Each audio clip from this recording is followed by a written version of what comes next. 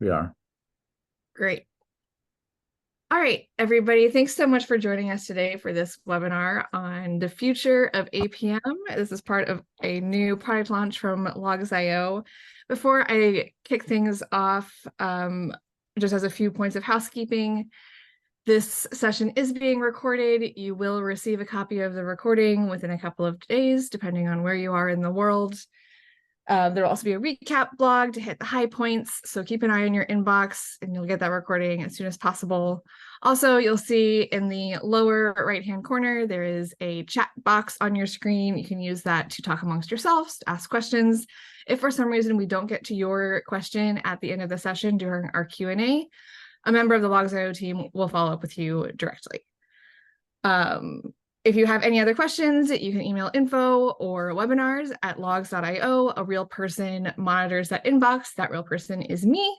My name is Zoe. I lead customer and field marketing here at Logz.io. And that's everything for me today. I will hand it directly over to you, Matt. Thanks so much, Zoe. And thanks everybody for joining us here today for this informational webinar. As I share my screen out, I never quite figure out how to balance the old Zoom and screen share with the slides here.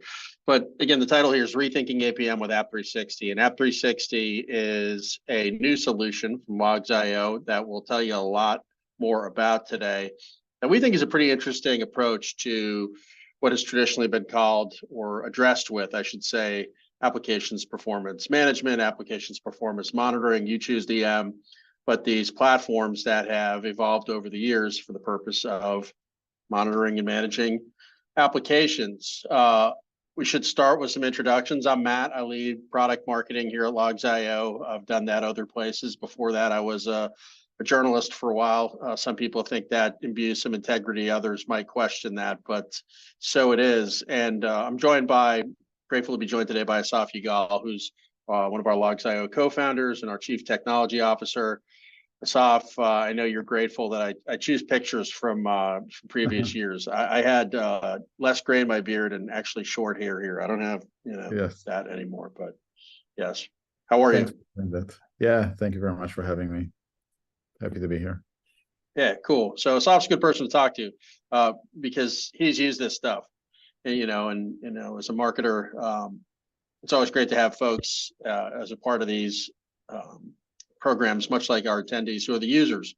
And, I'll play the role of host and questioner here, but we'll have a little bit of a conversation about the history of monitoring an APM, talk a little bit about strengths and challenges of the models that have traditionally been applied in this way, and then get into the App360. And what I really want to get to is, of course, the product demonstration. I know that's probably why you're here, but we thought it was worthwhile to set the table, as they say, so to speak. And I've decided to invoke a little bit of a historical context here, so forgive or appreciate the iconography, but a good place to start is a map, because yeah, that's a big part of the value proposition when it comes to APM solutions and App360, right? It's building this contextual and even topographical understanding of the health and performance of our applications. And I took a kind of an oversimplified approach here to the history of it all and how we got here, the scrolls, if you would, of monitoring an APM. And as I poked around online and using references like Gartner reports, this all started way back in the good old days, pre-cloud, and evolved quickly. In particular, as we got to the mid 2000s and the last decade or so, as modern applications came to be as we know them, cloud applications, these tools obviously always had great import, but with the speed and acceleration of innovation and all the characteristics of modern applications, things change greatly. And we arrive in this world of observability to the far right, cloud applications running on microservices architectures, Kubernetes, so on and so forth. But to go back to the fact that you're an actual, person who has done development of stuff and used these tools, Asaf, it's interesting. I'd like to know your take on how you see the evolution of monitoring tools and APM over the years as we've driven towards observability. What was your experience as you came up as a user of these things? Yeah, so it's a good question. I think over the years, as we as developers are moving more and more towards managed services, the need for observability or the need for an APM kind of like reduces. I don't need to know how my database is performing. I'm using it as a service. I don't need to know how my messaging layer is performing. I'm using it as a service. What I mainly care about is how my application is performing, how our microservices are performing. And I think over the years, we see both ourselves and developers all over the world favor simplicity over having too much information. So this is what we do, is reliant on like distributed tracing to have a very simple way of looking at the world, only what is actually necessary in order to troubleshoot and kind of like decluttering it. The other thing is that organizations, and ours included, and myself in the past as well, I used to collect a lot of data, a lot of unnecessary data. And what we do today is really, really optimize the data collection to something which is really, really meaningful and helpful in troubleshooting, which has kind of like two different goals to it. One of them is obviously to help with the troubleshooting. The less data I have, the more focused I can be, and the quicker I can get to a resolution. The second thing, which is not less important, is the cost. We all know that APM cost is skyrocketing, especially if you look at kind of like all traditional vendors. And what we try to do here with Open360 is both giving you the ability to address production issues quickly, but also to maintain a reasonable cost when it comes to observability. So in typical form, you're skipping ahead, right? And I think, listen, we want to talk about an alternative approach here today, an observability-centric approach, if you would. But it's not to say that traditional APM platforms and techniques are fundamentally flawed, right? I think you started to hit on some of the factors there, Asaf, from the standpoint of data volumes and cost, and we'll talk a bit more about that. But APMs came of age because they provided massive value. Right. And there's a reason why we were really excited a couple of years ago to get invited to be part of the Gartner Magic Quadrant when they expanded it from APM. They made it APM and observability, because we're an observability company. But you see the convergence there of the markets. And yeah, there's a reason why those vendors that are in there are many billion-dollar companies, why the market space is pegged to grow up to $62 billion. I mean, it's addressing a massive set of requirements for our end users. And yeah, traditional APMs are really good at bringing together all the data to help show you, again, the health and performance of your applications, right? Trying to ensure that services run smoothly. Although I think, again, from a microservices perspective, we've seen people start to run into some obstacles with the traditional APM approach as opposed to observability, right? Applications, infrastructure, to a certain extent, right? Another area where observability has a lot of value to both applications developers and the ops side of the house, right? And DevOps, the app stuff tends to fall more into the former, but clearly there is some value. Though I think we'd say that we think observability really caters to both groups a bit more effectively. And then one of the strengths of APM, of course, is trying to create visibility for business level users, an SLA-driven approach. And these are areas of observability that are still emergent. Do you think I missed anything here, Asaf? Any other strengths of traditional APM that you'd want to highlight? No, I think you pretty much covered it with the strength of traditional APM. Definitely gave kind of like a single pane of glass. And we think these days it's a little bit overcomplicated to today's problems, but definitely was a good thing in the past. Yeah.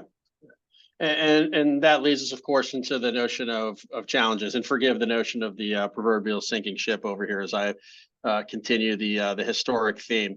But we do see a lot of organizations who are running into roadblocks, obstacles, and that's driven by a lot of different aspects of APM. I mean, you talked about cost upfront, and I was at KubeCon a few weeks ago, and it's incredible to me how many conversations we have with folks who are looking alternatives because of the economy and just the sheer price of some of these platforms based on the huge volumes of data and the the models that they've created that are very sticky. But there are some other things like the implementation, the notion that you have to really instrument all of your code for APM. And that's very, Tomer, or your co-founder, our CEO, likes to talk about the heaviness of that, right? And it's very challenging once you begin to do that to move away from that model. A black box in terms of doesn't really provide the level of granularity into things like microservices architectures to truly understand what's going on versus threshold driven alerting and things like that, which are other traditional aspects of this model. And I think the other points here, that relates to the notion of our modern cloud microservices applications. Any other thoughts on where APM begins to hit a wall, Asaf? I think, like you mentioned, it's hitting a wall on when it comes to complexity of how do you get it deployed, how do you collect all the information. It's also hitting a wall when it comes to cost. I think in these days, especially these days, companies are more cost aware than what they used to be 2 years ago. And both cloud costs and observability costs, which is a major impact. And I think this is where APM are facing challenges these days.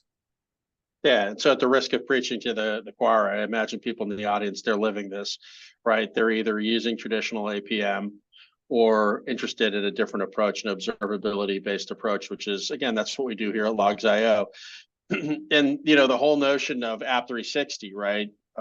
We started to talk about this a couple of years ago and got great feedback from our customers and from, again, I won't lean too heavily, but folks like Gartner, working with them around projects like the Magic Quadrant and our vision to build something that's really an interesting alternative to traditional APM. Again, an observability-centric approach that's really purpose-built for modern applications and microservices. And the whole notion of being fast to implement, trying to eliminate siloed data, not being that black box approach, having the granularity and the currency that is really needed to understand and ensure the performance of, again, more modern applications. And the big piece, which for Logz.io and in general is a focus for us because we know it's so important to our customers, this ability to be very cost conscious and focused on the data that's being used, right? Not taking that ship everything approach, but having a really focused notion of this is the information, the telemetry data that you really need to be focused on to understand what you're trying to discern about your applications and infrastructure to make sure that you can troubleshoot fast and meet your business SLOs. What else before we get into the demo, is there anything else you'd want to add about App 360, Asaf? Yeah, I think we've done a lot of work on what we call the time to value, and I think this has a major play in today's observability solution, which is how quickly can I get from zero to having everything instrumented, including the alerts, including all the dashboards, visibility, topology graph, and we've done quite a lot of work on that area, obviously leveraging OpenTelemetry to do this, collecting both logs, metrics, traces, security information, and application deployment information.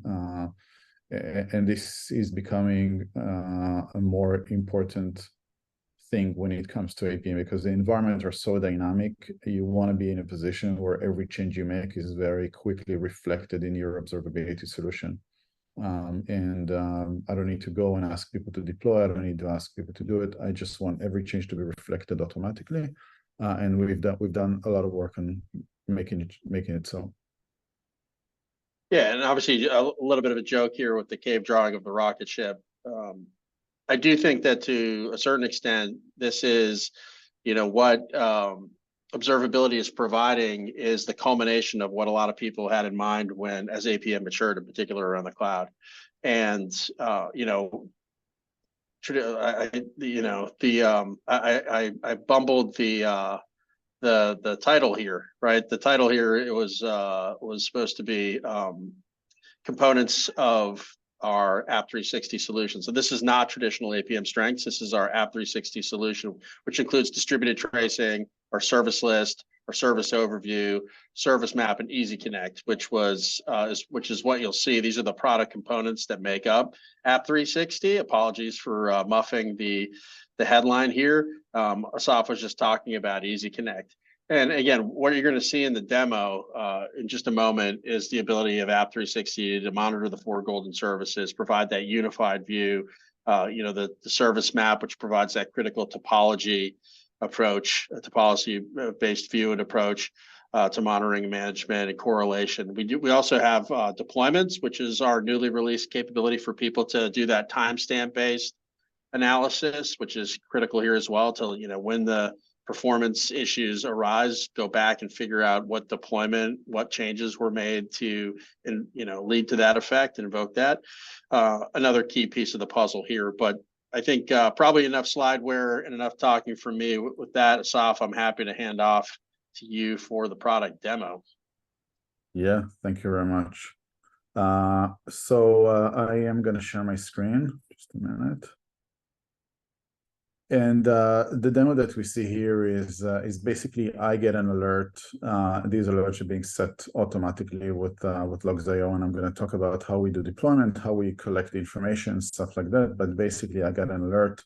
The moment I click on kind of like watching the alert and kind of trying to investigate, we immediately can see that I'm brought in here to the service map, which is part of our App 360, the new thing that we've launched. If you click on it, we go to the service map.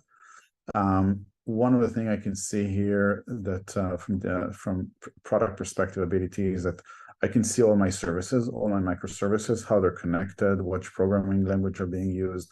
I can sort it by the error rate, by latency, by request rate on each one of them. And since I got an error, I can see that on my front-end service, it's red. I have a lot of errors. I also have an anomaly that's being detected. I'm going to talk about anomaly detection as well in a minute. But I can see an anomaly. You can see that the anomaly is on the latency. I see an increase in the latency. I see an increase in the error rates that are piling up here. I see the request rates probably stays the same. And that gives me the beginning of like the thread of where I want to start to investigate. One thing I can do is I can say, hey, I want to only look at my front-end service. If I have too many microservices and I want to figure out and filter out like what's going on, I can very quickly do it from the graph, or I can see the entire view in the graph. Clicking on the front end, I can start to drill down, and this is very, very quickly. I can see what's going on here. So I can see an increase in the error rate that's happening. I can see an increase in the latency, that what's going on in here. And I can see that kind of like the HTTP status code basically stays the same. I can see some increases of errors that are happening over here. So this is the thing that I can immediately see in this. So when I look at it, the one thing that is kind of like glaring into me, other than the get, which is like the generic operation, I can see that my recommendation services is having an increase in errors. So I can click on the recommendation service and I can see kind of like what's going on here. I can quickly see that I am starting to get error 14, and this is a gRPC call, so 14 is an error, and I can start seeing errors in the service here, and then I can quickly go into it and dig further and see what's going on here, going into Jaeger and start to see the processes and kind of like troubleshooting from that perspective as well. The other thing that I can see on the service map, if I look at it, and now I want to look at the recommendation service, which I see now that it has some issues in it, I can drill down on that, and I can see that the latency started to increase. This is around 7 p.m. My time, and I can see there's been a deployment that's been done right before that. So there's been a deployment that was done, and then something was going on. We pick these deployments automatically. This is not something that you need to configure, not something that you need to set. I can look at the deployment, and we're also communicating directly with your GitHub repo, and I can see that here someone changed the cache value from true to false, which is most likely the kind of like the culprit who kind of like got this to be a problem, and I can see what's going on. So very quickly I can see what's going on. The other thing which I can also see, if you look at the infrastructure level, I am looking at my recommendation service. I can see kind of request rate. I can see the latencies. I can see from an infrastructure level that I had a pod that was running fine. I'm looking at pods here, and then I had a pod that is not running fine. So I'll look in a minute at how can I change it. So this is obviously kind of like a change in deployment in the pod, and I can drill down. I have all the information that I actually need to troubleshoot in a single place. I don't need to go any further. I can see the metrics, I can see the latency, the error rates, pods being replaced, what's going on. I can see the actual logs. I can search on these logs here if I want to find something something specific. And this is a very good and very simple way of collecting all the information.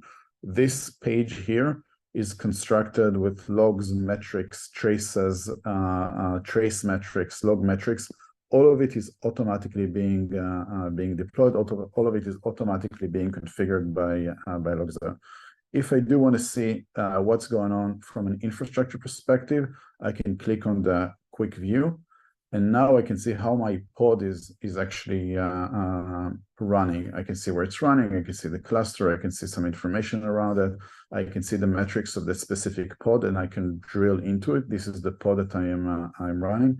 I can see the specific traces that are happening here, and if I had any security incidents or something like that, it would have been highlighted. So another way of looking at the problem is from a code perspective, but also from an infrastructure perspective. The way we view it and the way we view the work on App 360, it basically has two ways of looking at the world. One way is I am looking from an app developer perspective, from a services perspective. I want to see how my app is being laid out on the infrastructure. I don't care about like which pod it's running and stuff like that. I just want to see that it's running properly. I want to see the interaction between different microservices. The other view of looking at the system is I am a DevOps engineer or I manage production and I own the infrastructure. I want to see how all the apps are utilizing my infrastructure. And this is part of Kubernetes 360, which we've launched about a year ago, and it gives you the infrastructure view into this. And here I can also see my recommendation service and again see what's going on here. It's the same view. I can see it from a deployment perspective. I can see it from a pod perspective, and basically see the same information, but looking from the infrastructure layer and how this looks like. I want to go back to App 360 and talk about anomalies and anomaly detection. So one other thing which we are also releasing is the ability to define anomalies on a specific service. So you can see here, anomaly was detected on my front end. I can edit an anomaly on each one of the services. So I can edit and I can create. It has multiple layers. So I can either do it on the overall on all the operation, or I can select kind of like different operations that I wanna include in here, and then we're gonna set up the anomaly detection of this specific operation. We feel it's very, very powerful to set up anomaly detection as opposed on the infrastructure layer to set it up on the service layer. And setting up on the service layer is a lot more accurate, has very, very few false positives, and it's very good indication. So all these anomalies are tied into my alerting system. They connect to Slack, they connect to PagerDuty, they connect to any alerting endpoint that you need. So this is kind of like the App 360 and the ability to navigate through it, the ability to see it visually, the ability to drill down from a problem that I know what it is, down to the infrastructure level and how it's being laid out. I do want to cover the integration because I think it's really important, and we've spent a lot of time doing it and a lot of energy to make sure that this is as simple as possible. So if you go to our telemetry collector, most of our deployment and most of our customers are running on Kubernetes, which has become the standard today of running application. If you're, for example, running on EKS, then we have collected in one place a single Helm chart that's going to say collect the logs, collect the metrics, collect security information, and collect all the events that are being utilized to derive all the deployments and all the changes in the environment. basically you copy it, you run the Helm chart, and that's the only thing that you need to do if you're running on Kubernetes. The other thing which also you need to do is auto instrument. We're using Easy Connect, which is an open source as well, to be able to collect all the information from all of the services running on your cluster itself. You basically run it, you create it, and then you run like a nice UI that lets you select the services that are going to be auto-instrumented. There is no need to change anything manually in the cluster itself. We do all the work for you. And once you completed these two steps, you automatically get everything configured, including alerts, including all the notification endpoints, including all the telemetry view and the topology graph, and all the information is already linked in and tied together, which is kind of like what we did here with creating simplicity in this. So these are the things that I want to highlight. So kind of like going back from the beginning, simplicity in data collection using OpenTelemetry where possible. Really visualizing kind of like the services, both like a topology perspective. I can also look at it from a list perspective. The ability to quickly drill down and understanding what the problem is, collecting the logs, the traces, the metrics in a single pane of glass, seeing all the operations that are happening, everything that's happening in the logs on my specific microservice, which is really key. The ability to set up anomaly detection, and obviously you can set up alerts like regular threshold alerts as well, but the ability to set up anomaly detection on any microservices and any operation within the microservices is definitely improving anyone's ability to alert and reducing kind of like noise in the environment, and the ability to tie it back to the infrastructure. So I'm running an application, I can see that there's a problem, I can actually see whether the problem in this case was a deployment, but it could have been an issue with my cluster. It could have been something that was not configured properly on my cluster. And I have all the capabilities with a single click to review all of it. And all of it can be done in just a few minutes after deployment.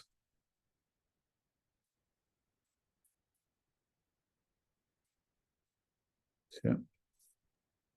That's great, Asaf. And, I think it's worth noting, this is not an additional product, right? Logz.io is not launching an additional product at the App 360 that you need to license from us. This is an element of the platform that every Logz.io customer has access to, right? And some of these capabilities we've been launching over the last quarter or two, so you might already be familiar with some of these things. You would obviously need to be sending us your trace data, right? So if you're a logging customer or using metrics, this is another way to help invoke full stack observability using Logz.io. But again, if you're sending us your trace data, you immediately have the opportunity to begin using this. And again, I think it's obviously logs, metrics, and traces remain as the core legs of observability for visualization analysis. But it's another instance, as with Kubernetes 360, where we're trying to bring it all together and provide some of the quote unquote single pane of glass for folks to see value across the stack. So again, we're really excited about this and see it as a great alternative to investing a lot of money in a traditional APM solution. Yeah, and hopefully you see the value and you're excited about it as well. I did see some questions start to trickle in. Zoe, do you have anything that you'd like to put in front of us before we call it a day here? Yeah, there's a handful of questions here. I'll just run through them from the beginning to the end until we're at time. The first one is, how is this truly different than APM? Good question. Go for it, Asaf, right? Yeah, I was going to say, hopefully we provided some of the insight during the program, but what would you add to what we've already talked about here, Asaf? I think it differs with the simplicity of it, it differs with the focus of it, and it's definitely different with the cost of it. So this is kind of like what it is. APM is still a great tool if you want to afford it and you wanted to deal with the complexity of setting it up. It's definitely a good solution. Yeah, we have a lot of customers that are using APM platforms and our observability platform. And I think it's just going to be interesting to see how those two things continue to evolve, driven by use cases and cost and everything else. Certainly, there's a lot of value in traditional APM, but again, from an observability standpoint, we think this is an interesting take on what we're calling applications observability, and we do feel that's a different approach. What else, Zoe?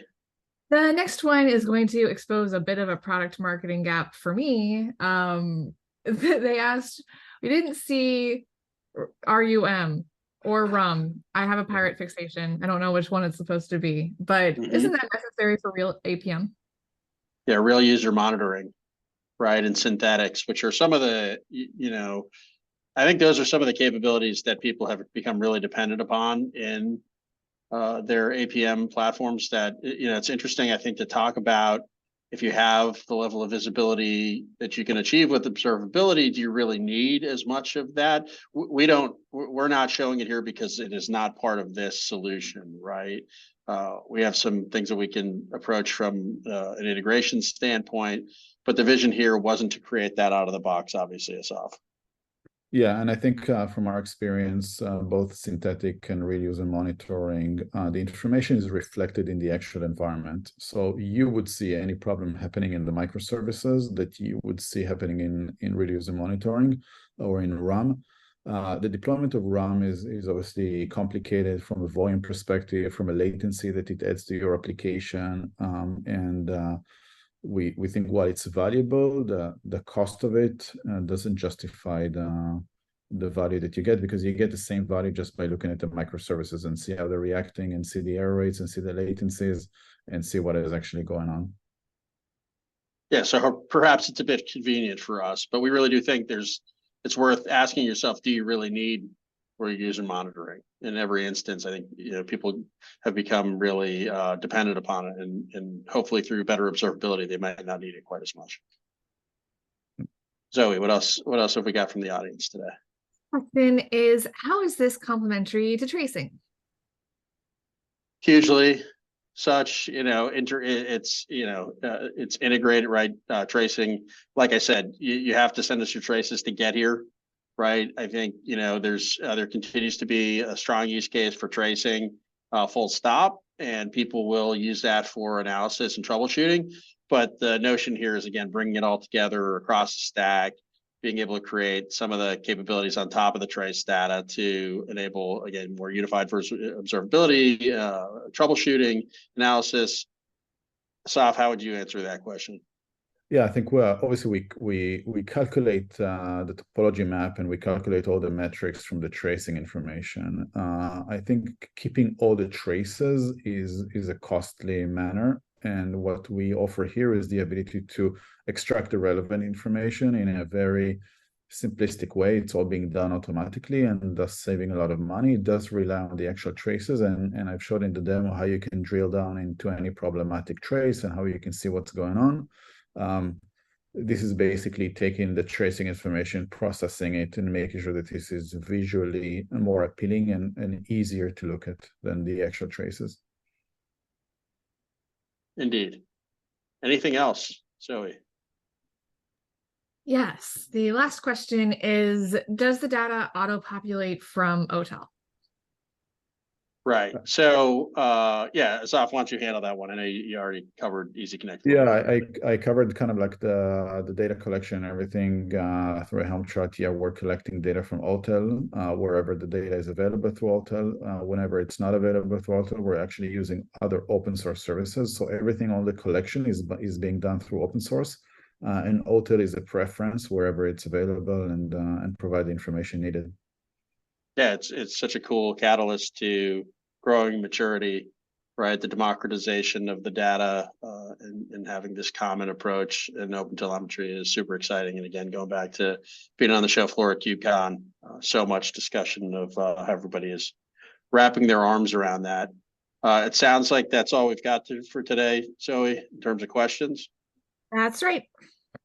Cool. So right in at 40 minutes. I want to thank everybody for joining us. If you're an existing Logz.io customer and you want to learn more, like I said, if you're already sending us your traces, you'll be able to utilize this capability immediately. You might have already noticed it, so hopefully you're finding value. If you're not currently using this area of our platform, one of our customer success engineers or your dedicated account rep would be, I'm sure, happy to talk to you more about how you can engage it. And if you're not yet a Logz.io customer, if you're joining us today, you can sign up for a free trial and begin sending some data to the platform and seeing this along with a lot of the other cool capabilities ensconced in the Open 360 platform. So with that, I want to, again, thank you very much for your time today, Asaf. Thanks as always to you for leading the charge here. Yeah, thank you very much. Bye-bye. Thanks, Matt. Appreciate Thanks, it, Zoe. Thanks Thank everyone you. for coming.